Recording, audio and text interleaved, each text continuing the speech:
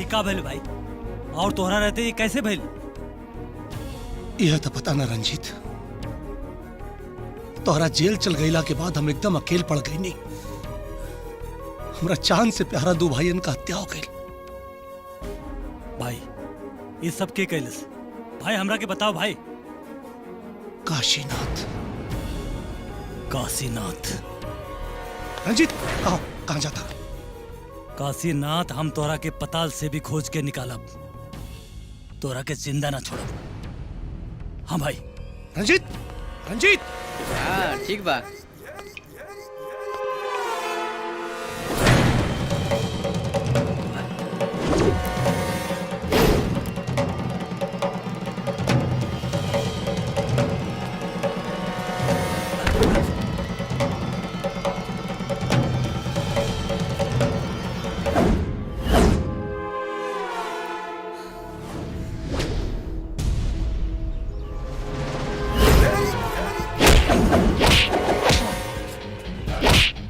बता काशीनाथ कहाँ बा? हमारा कुछ नहीं पता भैया। बता ना तो गर्दन भेजिए तोड़ दे। बता। सच कहते नहीं भैया, काशीनाथ के बारे में कुछ नहीं मालूम भैया। अगर काशीनाथ के बारे में जान चाहता रहो तो जाके परशुराम से मिलो। परशुराम? अरे रंजीत तू एजा। देख परशुराम, तोरा से हमरा के कोनो प्रॉब्लम नहीं के, बस तू काशीनाथ के पता बताते। काशीनाथ के तू चिंता छोड़ा, तहरा खातिर हमरा लगे एगो बढ़िया डील बा। का डील बारे? तहरा पहले बलदेव के मारे के पड़ी, ओकरा बाद जौन भी फायदा हुई आधा तहार आधा हमार।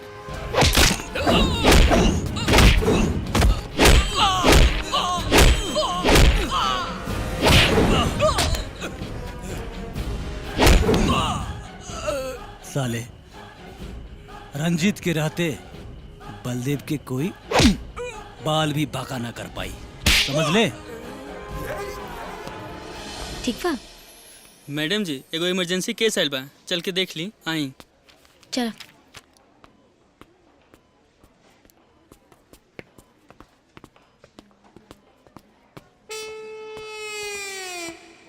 हाँ क्या प्रॉब्लम बा? मैडम रउआ पूछ ली कि का प्रॉब्लम बा इनके। का प्रॉब्लम बा? दिल में? तो मुंह पे पट्टी का है? हम चेक करता नहीं।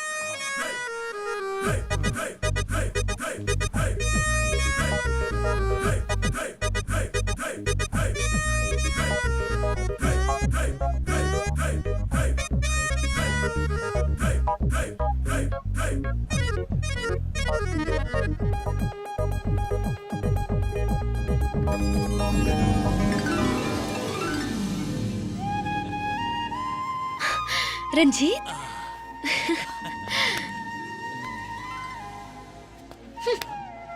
इतना दिन कहवा रहा? हाँ एक को फोन भी ना कइला।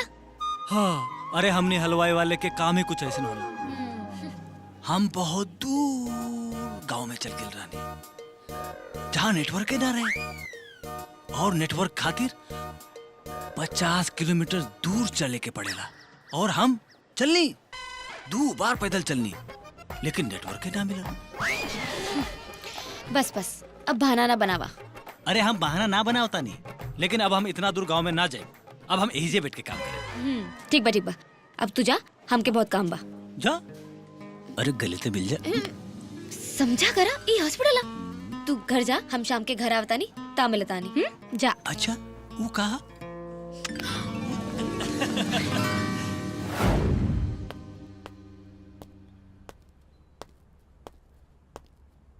अरे भैया इतना परेशान काहे बड़ा? अरे अजीत आवे वाला रहे, इतना देर हो गई अभी तक नहीं ख्याल।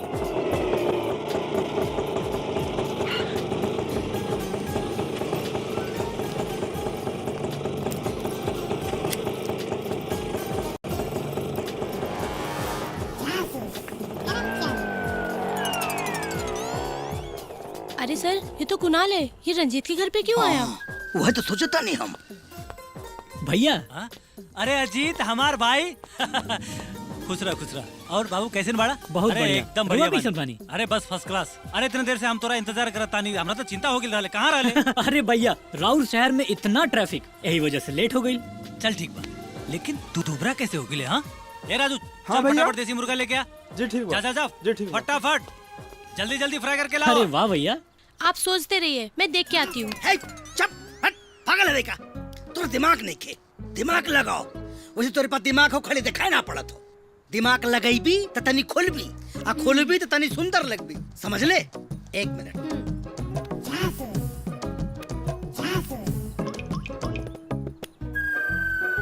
हेलो सर अरे सर कुनलवा के देखने रंजीत के घरे में ते कोनो सपना त ना देखत बाड़े ना। अरे सर हम झूठ नहीं के बोलता अपनी दोनों आंखें से देखनी है ठीक बा तोरा दोनों पे नजर रखे के बा। ओके ओके ओके ठीक बा ओके।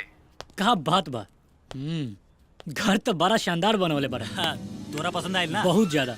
लेकिन Very भैया एगो चीज के कमी बा। अरे तू बता का चीज के कमी बा? हाँ छोड़ा तू मन बना हमार बात। अरे तोर हर बात मानब, तोर हर इच्छा पूरा करब। पक्का बता, ना? पक्का एकदम। तब भैया इस सुंदर सी हवेली में ना एगो बहुत सुंदर सी हमरा के भाभी ले आके दे दो बस। बस बस। अरे हम अपना भाई के खातिर एक भाभी का, अरे भाभी के लाइन लगा दे रे। अरे लाइन लगावला के कोनो जरूरत नहीं है भैया, बस एगो सुंदर सी भाभी एगो। चिंता छोड़, अब तू समझ की तोरा भाभी मिल गई। पक्का हाँ? ना? पक्का।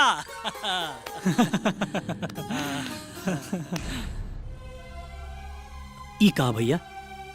कुछ ना भैया तो के हमार कसम तू सच सच बतावा कि तू का करेला। तू आपन कसम देले बाड़ा, यही से बताओ तानी। सुना, हम गुंडा हैं गुंडा। बंदूक? हाँ मुन्ना, ये बंदूक हमार बचपन के साथी है। यह बंदूक से पूरा दुनिया चलेला और यह बंदूक से तोरा भाई इस शहर में राज करेला। और हाँ मुन्ना, यह बंदूक के वजह से तू इतना बड़ कॉलेज में पढ़। लेकिन भैया ए बाबू तू ये सब छोड़, तोरा इस चक्कर में नहीं खे पड़े के। तू खूब मन लगा के पढ़, पढ़ के इंजीनियर बन, डॉक्टर बन। अरे जितना पैसा लागे हम दे। लेकिन हमार भाई हमार भगवान, तू समझत नहीं खा। तारा ई काम में जान के बहुत खतरा बा। केहू भी पैसा लेके तारा के गोली मार दी। भैया देखा, हमरा के तोहार बहुत चिंता होता, तू ये सब काम छोड़। मुन्ना चिंता मत कर, दुनिया में ऐसा कोनो गोलियां नेके बनल जौन रंजीत के सीना के छू सके। वो सब ठीक बा भैया, लेकिन तू ये काम छोड़ दो। अच्छा ठीक बा, समय आयला पर छोड़ दे। अभी तू जाके नहा धो के फ्रेश हो जा। जा जा। भैया भैया हाँ? वह बड़न काशीनाथ के आदमी। अबे रुक। ए भाग।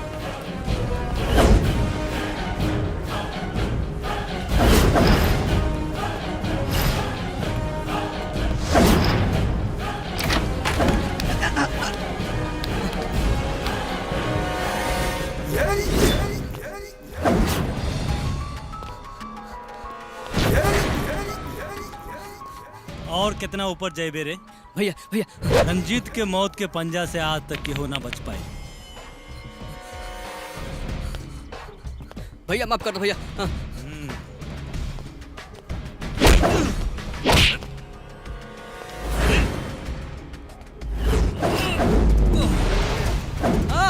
भैया भैया भैया भैया बचा ला भैया, हमके बचा ला। भैया हम गिर जाए। भैया छोड़िया जान। ते काशीनाथ के आदमी हवे ना? अगर अपन जान बचावे के विचार बा तो हमरा के बता कि काशीनाथ कौना बिल में छिपल बा। भैया हमरा का नहीं पता। बता काशीनाथ कहाँ बा? बता। नहीं क्या पता भैया। पता नहीं के? हाँ? छोड़ दी। ऊंचाई से हमरा के डर लग रहा। रंजीत जी बचा ली ओकरा के, हाथ मत छोड़ी, बचा ली। प्रिया? हाँ हाँ हाँ हाँ। अरे भैया छोड़ दे भैया ओकरा के। अरे प्रणाम भाभी जी। प्रणाम भाभी जी। भैया ओकरा के मत छोड़िए, पकड़ के रखिए ना तो गिर जाए। ओकरा के ऊपर खींच ला। थैंक यू भैया।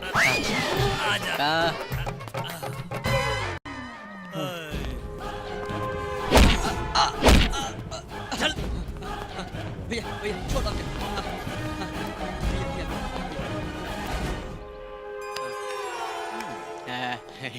इला आ गई। अच्छा बेली बच गई, नहीं तो पता नहीं का होइत। आत्महत्या करे का बहुत तरीका बा। छत से कूदे का काम मतलब? बस बस रह दी। हाँ जवाब दे, जवाब काहे नहीं के देत कि गर्लफ्रेंड भागिल रहे? गर्लफ्रेंड? हाँ गर्लफ्रेंड हाँ भाग ले। गर्लफ्रेंड भाग रहे भैया। हाँ। अरे बेटा तोर जिंदगी बहुत कीमती बा। हाँ प्रियंका जी, आजकल के ये हालत में आदमी की जिंदगी कितना होला बताई? जैसन हाल अभी दुनिया के बा वैसन 60 साल भी चल जाए तो बहुत बा। सुन ले मजनू, 60 साल पहले आदमी की जिंदगी 100 साल रहे, अब 60 साल हो गई। 20 साल पढ़ाई में निकल जाला, 5 साल रोमांस में निकल जाला, 5 साल यहाँ वहाँ मुमारत 15 साल में बदल जाला, 10 साल गृहस्थी जीवन के, 5 साल बुढ़ापा के, बचल कितना? अब 5 साल। का मंटू? ना पप्पू। अब अपन नाम भी भुला गए। अरे मंटू का करता रे? 2 मिनट के प्यार के खातिर 2 ताला के ऊपर से जंप करके अपन जान देता रे। ऐसन कर बे, गलती हो गई। अगर ऐसन कैले ना बेटा तो छील के रख दे, ठीक बा? संभाल के बेटा, संभाल के। रउआ ते कमाल कर देनी, 2 मिनट में ऊकर जीवन बदल देनी। अरे मैडम ये तो हमार बायां हाथ के खेल बा, हलवा वाला जौन बानी। अच्छा सुना, काल तो हर जितना काम बा सब कैंसिल कर दिया, काहे कि काल हम तोरा के एगो सरप्राइज देवे वाला बानी। सरप्राइज? कैसन सरप्राइज? अरे वाह मैडम, ये मॉडर्न हलवाई वाला के बुर्बक समझता रू। अच्छा अबे बता दे तो सरप्राइज कैसे रही? हाँ वैसे भी हमार बाबूजी कल। ठीक बा, हम समझ गए नहीं, हम कल आ जाए। अब हम जाए? हाँ ठीक बा। चल। भैया ओने ना एने चलो। अजीत, अजीत। हाँ भैया। ये हमार भाई अजीत, देख क्या आइल बड़ी। अरे वाह, ई क्या? अरे तो सब कुछ बतावे के पड़ी, अनुमान लगावा के हो सकेली। इतना खूबसूरत और प्यारी तो हमार भाई के ही पसंद हो सकेली। अच्छा तो अनुमान लगावा। ये में अनुमान का लगावे को भैया, राउर होखे वाली मेहरारू और हमार होखे वाली भौजाई। अरे देखा भाई होके तो ऐसन। अरे रुआ लेकिन एजा कहाँ है खड़ा बनी? आई बैठी भौजी, बैठी। ठीक बाटे, हम झट से चाय बना के ले आओ। अरे देवर जी रउआ रुकी, हम बना के लावतानी। ऊ का है कि ई हमार होखे वाला घर बा और कल से हमके एहिजे रहे के बा। तो देवर जी रउआ बैठी, हम चाय। भैया एगो बिनती बा। बताओ। अब यहाँ के देवर जी जितना प्यार से बोलनी हनु, एक बार नु उतना ही प्यार से देवर जी बुलवा दो। देवर जी रउआ बैठिए, हम चाय बना के लावता, ठीक बा? भैया एगो बात बताओ, इतना सुंदर और प्यारी भौजाई कैसे पटौला? ए मुन्ना, एके पटाव में हमार खून पसीना निकल गई। अच्छा? अरे भाई एके पटावे में हम हलवाई वाला बन गई। हलवाई? हाँ। भौजी के मिठाई के दुकान बका? अरे न रे, उ तो डॉक्टराइन बाड़ी, डॉक्टराइन। हाँ, डॉक्टराइन? एगो गुंडा के चक्कर में? अरे आराम से बोल, अगर सुनली ना हाँ तो हमके इंजेक्शन कोच के पंचर कर दी। अच्छा भाई हाँ? एगो बात बताओ। एगो बात तो का मुन्ना, अब केहू के कोनो परेशानी हुई तो अस्पताल जाए के जरूरत नहीं खे, घरे में इलाज हो जाए। हाँ, फ्री में। और हाँ सुन, तोरा के कोनो परेशानी हुई ना तो शर्माइए मत, बता दिए तोरा वजह से इंजेक्शन लगवा ले। बुझले? अरे का भइल हमरे देवर के? अरे कुछ ना भौजी, बस चला चला चाय पीला।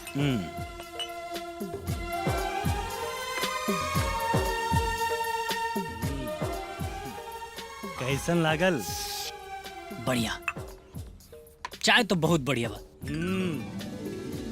लागत बाटे कि हमर देवर के खातिर अच्छी देवरानी ढूंढे के पड़ी। भौजी हमार दिल और मन के बात रुआ छीन लेनी, लेकिन एगो दिक्कत बा, पहले राउर दोनों जना के शादी हुई तबे तो हमार नंबर आई। हाँ इहो बात सही बा। हाँ अच्छा भौजी वो काम करी रुआ हेने आ जाई, एगो हमनी के एगो फैमिली फोटो खींच लिया। Smile please.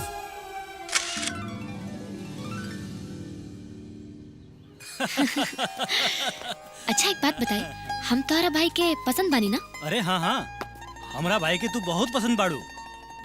त कोनो रुकावट ना हमरे ब्याह में? अरे रुकावट तो पहले भी ना रहे। हाँ तोरा भाई तो बहुत जांच पड़ताल करता। अरे ना ना, ऐसन कोनो बात नहीं के, वो खाली मजाक करत रहे। का कोनो बात भइल का? ना ना ऐसन कोनो बात ना, वो तो बहुत अच्छा हैंडसम क्यूट बा, मगर वो करेला का? अरे वो पढ़ाई लिखाई करता और पढ़ लिख के बहुत बड़ा अफसर बनी। चल अच्छा बा, एक तो ऑफिसर एक हलवाई, घर में ही मिठाई खाए को मिली। का भइल?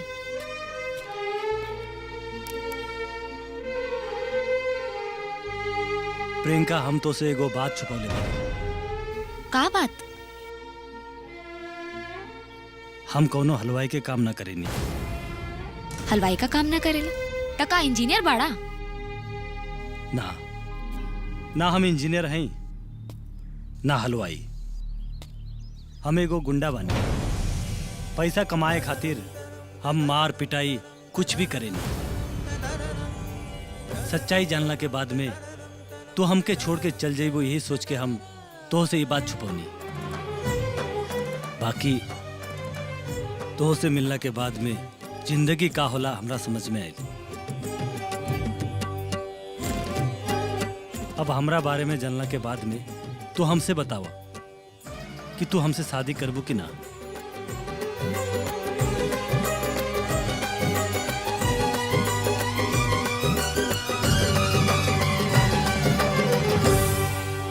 तू आपन सच्चाई हमरा के बतैला, मगर तू चाहता उ बात छुपा सकत रहा, मगर तू ऐसा ना कैला। ई बात हमके निक लागल।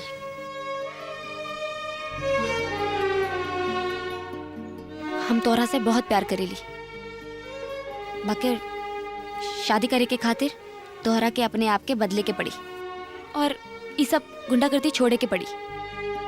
अरे तोरा से मिलना के बाद में हम पूरा बदल गए बानी और हम वादा करतानी वक्त आइला पे ये सब गुंडागर्दी हम छोड़ दे। तो हमरा से वादा कर कि तू हमरा के छोड़ के कब्बू ना जेबू। वादा।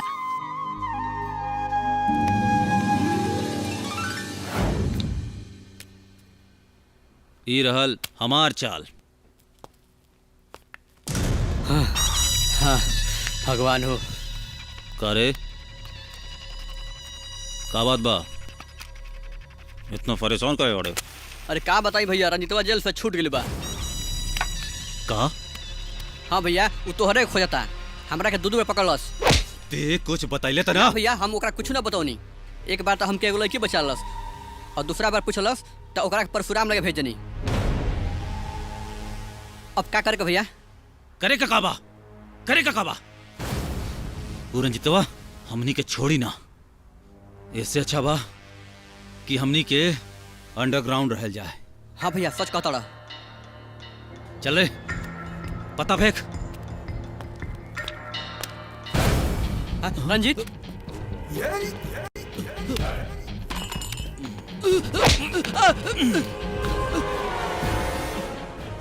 का काशीनाथ, हमरा साथे गेम खेलबे? अरे भाई हम कुछ ना करनी है। अच्छा हाँ बेटा, तोर खेल खत्म। हम कुछ ना करनी है, हम कुछ ना करनी है। भाई जी, एकरे नाम काशीनाथ, ये तो और दोनों भाई के मार ले बा। भाई जी हमारी बात सुन ली। भाई जी, ऐसे पहले कि आप हमरा के मारी, हमारी बात सुन ली। भाई जी बोल। राउर दोनों भाई के हम नहीं के मरले। तो क्या मरलस? अरे वही जो बोल। भाई जी बताओ तनी, उहे जे जेकरा साथे राउर भाई आयल हमरा मारे खातिर, उहे मरले रहल।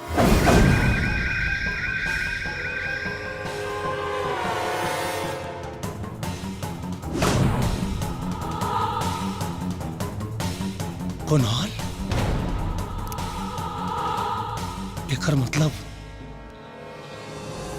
हमरा दोनों भाई के कुणाल मरलस?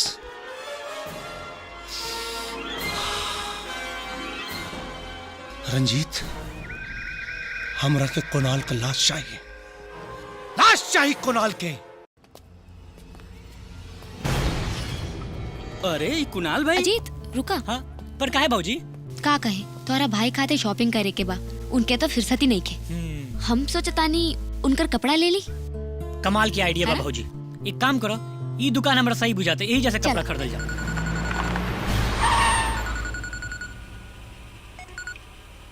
आनंद बोल। हाँ रंजीत भाई, कुणाल मार्केट में आइल बा। का? जल्दी आओ भाई। अच्छा अच्छा, तो ओकरा पे नजर रख, हम आवतानी। हाँ ठीक बा भाई। आई आई। जी बोली। भाई वो काम करो, हई वाला दिखाओ। ठीक बा। हाँ हाई वाला। ना भाई, ई वाला बताओ। ई वाला। हाँ ई। अच्छा ई वाला ठीक बा।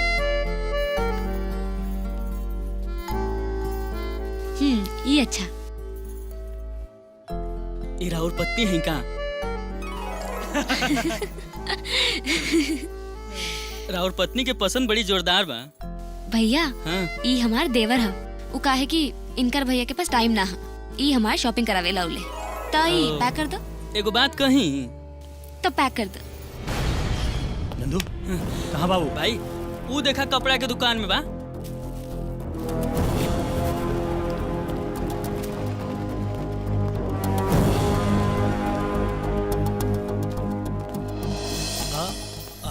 अरे अजीत, तू लोग यहाँ का है? अब तो तारा अपना बिहाई के कोनो चिंता बाना। अब जॉन करे के पड़ी वो हम ही भाभी देवर के करे के पड़ी। यही से देवर भौजाई शॉपिंग करे आई नहीं। बबुआ यहाँ कुछ भी हो सकेला, तू एकरा के लेके घरे जो, ठीक बा? का बात है? हमारे खिलाफ कोनो साजिश होता? अरे ना ना भाभी, बस भैया कहत ले कि अब कितना सब शॉपिंग हुई, बहुत लेट हो गई। अच्छा छोड़ो इनके आगे, चलो चलेंगे। अरे हम सही कहते नहीं, झूठ ना बोले, छोड़ दे हमके। हम सही कहते नहीं। एकरा के काहे मारता है? एकरा की तब ये हमरा के भड़कावत है तोरे खिलाफ कि तोरा के हमरा भाई के कातिल से प्यार से बतियावत देख ले बा। बात करत देखलस? हाँ भाई जी 2 मिनट। जब तू हमके उससे बात करत देख ले तो हमरा बताओले काहे ना? काहे मारत बड़ा हमारे भाई के? का कहले सही? अरे रवा देखा तानी, हमरा पे इल्जाम लगावता। तू कहताड़े हमू कातिल से बात करत रहनी। सुन, अगर वो कहीं दिख गई ना, बीच से चीर के रख दे। प्यार से बात करत देख ले। हम सच कहता नहीं, अपना आँख से देख ले बानी हम। चुप, झूठ मत बोल। हमके मालूम रहे कि हमारे बात विश्वास ना करबा। एक लिए हम मोबाइल में वीडियो रिकॉर्डिंग के लिए आयल बानी। ला देखा।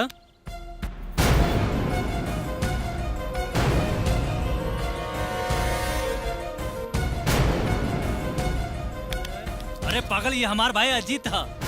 रंजीत, ये तोहर भाई अजीत ना, ये कुणाल है जवन हमार दोनों भाईयन के मरला सब। अरे भैया, ई 2 दिन भइल गांव से आइल बा शहर में। ये झूठ, ये हमारा गैंग में शामिल रहे और हमारा गैंग में शामिल होके हमारा दोनों भाईयन का कत्ल कैला सा। कहा भैया, ये एगो मूस के देख के तो फूस हो जाला। ये कहाँ रहा और 2 भाई के मारी? भैया हमार बात मान ली, रउआ के गलत फहमी भइल बा। नहीं रंजित भाई, ये मर ले रहे हैं। हम सही कहता नहीं। औकात मेरे तू, ये हमार भाई है। अरे हम सही कहता नहीं। अरे भाई जी, रउआ एकर बात के विश्वास ना करी। हम अभी जाके भाई के लेके आवता नहीं। आ दूध के दूध, पानी के पानी हो जाए। ले अजीत, अजीत, अजीत। अरे भैया, अरे काहे इतना परेशान बारा? चल चल, तू हमरा साथे चल। लेकिन कहाँ? तू चल हमरा साथे। आज दूध के दूध, पानी के पानी हो जाए।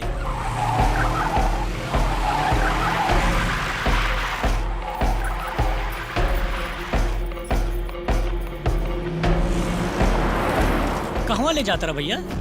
बलदेव के घरे। अरे ओकरा लागता कि ओकर दोनों भाई के तू मरले बाड़े। ई सच बा का?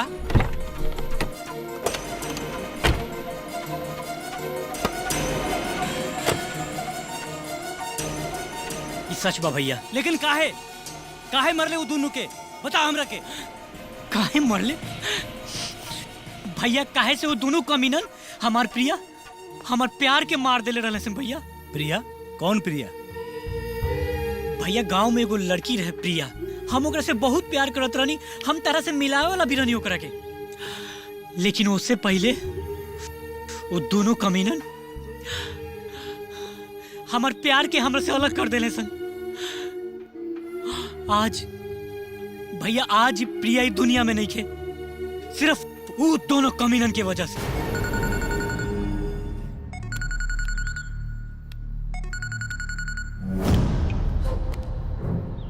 हाँ बलदेव बोला। ता तोरा के सच्चाई पता चल गई ना, लेकिन हमके मालूम कि ते अपना भाई के एजा लेकिन आई पे। देखा बलदेव, जौन भैल ओकरा के भूल जा। हमरा भाई से खाली हुई लड़की से प्यार करत रहे। बाकी तोहार भाई जोन कैलस सन पता बा, ओकरे बात के सजा मिलल बा। देखा, फिर भी हम अपना भाई की तरफ से तो से माफी मांगता नहीं। हमरा भाई के माफ कहता। माफी? रंजीत, माफी तो बहुत दूर का बात है। हम तेरा भाई के ऐसा मौत देब ना कि ते अपना भाई के लाश ना पहचान पाइबे। ऐसा मौत देब ओकरा के। बलदेव, हमार बात ध्यान दे के सुन। अगर तोर कुत्ता लोग हमार भाई के आस पास भी भटकल सन तो ओकनी के मुंडी काट के तोरा हाथ में रख दे। जिगर में दम ना, परमाणु बम लेके चलीला हम। तोरा भाई से पहले तो के जान से मार दे। अरे ये गिदड़ वाला धमकी केहू और के दी है, याद रखिए। रंजीत बलदेव के बनोले बा, बलदेव रंजीत के ना। याद बना हम का काले रही। हम अपना भाई खातिर जान दे भी सकेनी, और सुन, केहू के जान ले भी सकेनी। अगर दम्बा तो छुके दिखा हमरा भाई के।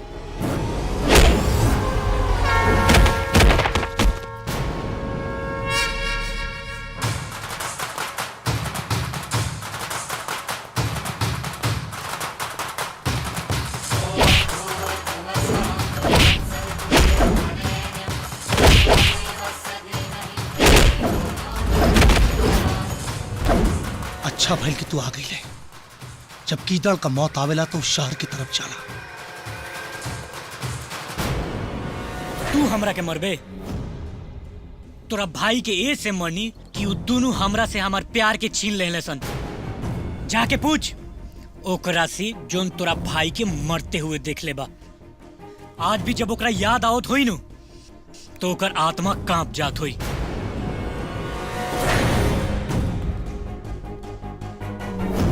और हाँ, हमरा से उलझे की कोशिश मत करिए। काहे से जब हमार भेजा गरमाइल ना तो यमराज से पहले हम तोर जिंदगी के फाइल बंद कर दे।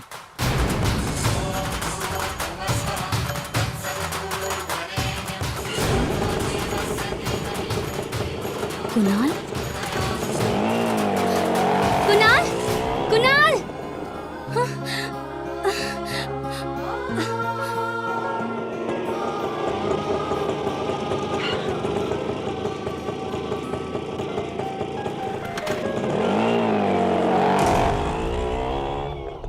अरे कहाँ गए रहले? पता बा हम कितना परेशान रहनी।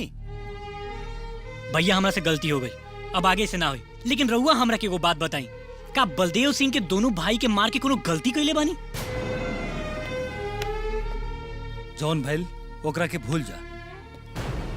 काजल,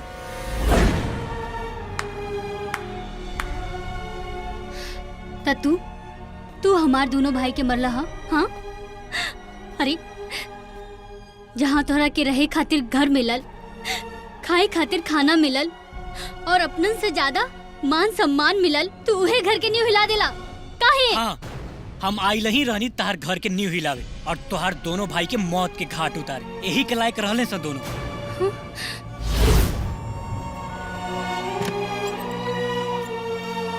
जानल चाहतरू हम काहे मरनी तहार दोनों भाई के? त सुना, हम गांव से शहर पढ़ाई करे खातिर गइल रहनी और ओजा प्रिया नाम के लड़की हमरा जिंदगी में आई और हमरा ओकरा से प्यार हो गइल।